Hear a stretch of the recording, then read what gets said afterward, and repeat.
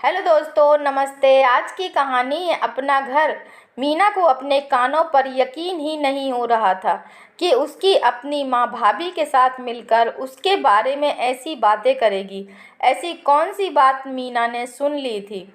मीना भाई बहनों में सबसे छोटी थी, इसीलिए सबकी लाडली, दिन भर चहकती रहती थी और बड़े भाइयों से अपनी बातें मनवाती रहती थी। अपने मम्मी पापा की वह जान थी। समय बीतता गया, पढ़ाई लिखाई करके भाई अपनी अपनी नौकरी में लग गए। एक एक कर दोनों भाइयों की शादियां भी हो गईं। घर में भाभी भी आ गई। भाभी व्यवहार से तो ठीक ठाक ही थी। परिवार में सब कुछ ठीक ठाक खुशी खुशी चल रहा था। मीना अभी बीए सेकेंड ईयर में पढ़ रही थी। देखने में भी अच्छी भली थी। जो भी रिश्तेदार आते सब यही कहते, अब मीना के लिए रिश्ता देखिए। पापा कहते अभी नहीं, बीए कंप्लीट कर लेगी तब शादी के बारे में सोचेंगे। क्या राजवीर जी, ज़्यादा पढ़ लिख कर भी क्या करेगी, घर ही तो संभालना है ससुराल जाकर। ऐसा कैसे सोच रहे हैं आप। आजकल के ज़माने में बिना पढ़े लिखे का गुजारा नहीं है। लड़की पढ़ी लिखी रहेगी, कभी ऊंच नीच कुछ हो जाए तो विपत्ति में काम आएगी यह पढ़ाई। वैसे आपकी जो मर्जी राजवीर बाबू, मुझे कहना था सो कह दिया। वैसे भी राजवीर जी, लड़का देखने में भी तो समय लगेगा। देखते देखते ये दिन कैसे बीत जाएंगे पता भी नहीं चलेगा आपको। राजवीर जी थोड़ा रुककर बोले, हाँ यह भी सही कह रहे हैं आप। मुझे सोचना चाहिए मीना की शादी के बारे में। इधर मीना शादी की बात सुनकर थोड़ा सहम जाती है। अभी भी लोग ससुराल के माहौल को बहुत ही डरावना बताते हैं। सभी हर बात में कहते हैं ससुराल जाएगी तो सीख जाएगी।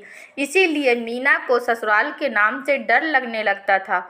फर्स्ट डिवीज़न के साथ मीना ने बीए पास कर लिया था। कई जगह जाने के बाद मीना के लिए एक अच्छे वर की तलाश राजवीर जी की पूरी हो गई थी। आज हमारी मीना की शादी है नयन बाबू के साथ। पेशे से इंजीनियर हैं, उनके पिता भी शिक्षक हैं। छोटी बहन है नयन जी की। कुल मिलाकर सुखी संपन्न परिवार है। खुशी खुशी सारी रस्में शादी की पूरा होने के बाद मीना आज अपने ससुराल पहुंचती है। बहुत ज़ोर शोर से उसका स्वागत किया जाता है, क्योंकि घर की वह इकलौती बहू है। मीना की सासू माँ बहू का स्वागत करती हैं। सारी रस्में ससुराल की होने के बाद बहू को अपने कमरे में ले जाते हैं। नयन की माँ कहती है, मीना कोई भी दिक्कत हो तो बेहिचक मुझे कहना। मैं तुम्हारी माँ समान नहीं, माँ हूँ। ठीक है? ठीक है माँ जी। माँ जी नहीं, सिर्फ तुम्हारी माँ। तब नयन की बहन हंसकर कहती है, और हमारी माँ? तब मीना की सास हंसकर कहती है, हाँ तुम तीनों की माँ हूँ मैं।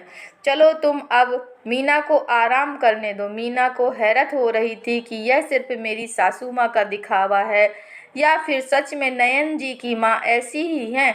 सभी आज तक बोलते रहते थे सास बहुत तेज होती है, ससुराल में जीना मुश्किल कर देती है, वगैरह वगैरह। ये तो बिल्कुल विपरीत है। तभी नयन बाथरूम से फ्रेश होकर आते हैं। कहाँ खो गई मेरी मीना? बस कहीं नहीं, यूं ही। फिर बताऊंगी, अभी सो जाइए। और दोनों सो जाते हैं। कल की नई सुबह और नई उम्मीदों के साथ हुई।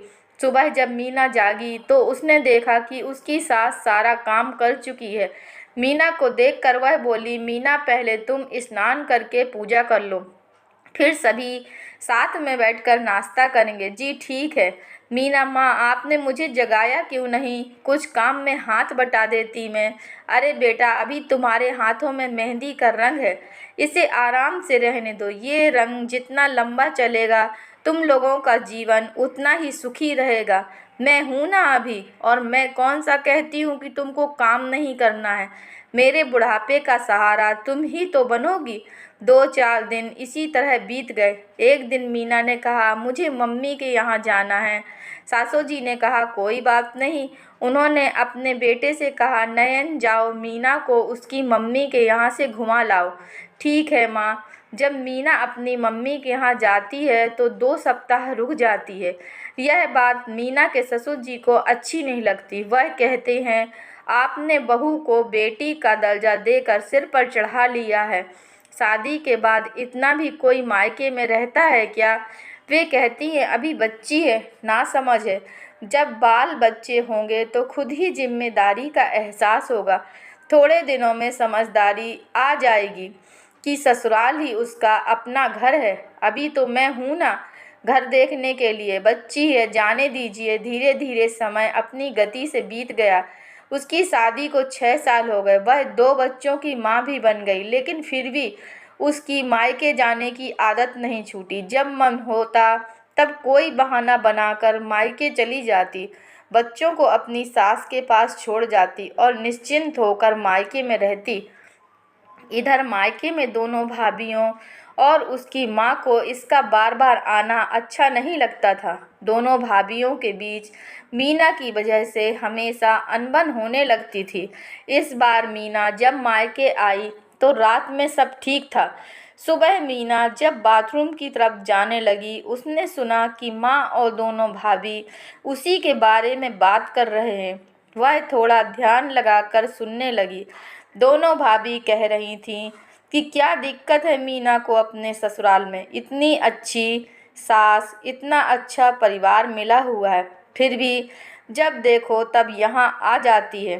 कह तो भाभी सही रही थी, मुझे ससुराल में कभी ससुराल जैसा लगा ही नहीं, लेकिन मैंने कभी इस बारे में सोचा ही नहीं। दुनिया जैसे बोलती थी, यही भ्रम मेरे दिमाग में भी लगा हुआ था कि ससुराल यानी लड़कियों के लिए सजा।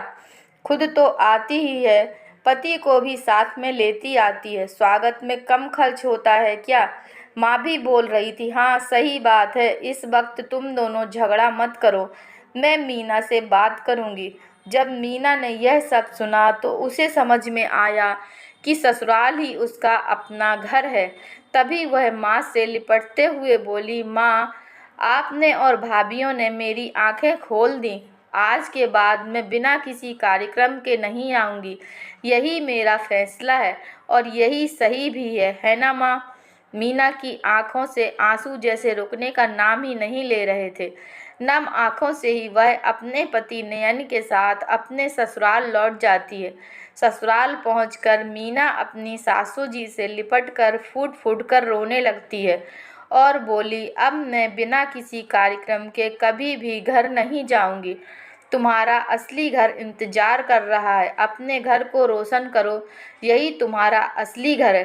सासू जी ने कहा। हाँ माँ जी, मैं हमेशा के लिए अपने घर लौट आई हूँ।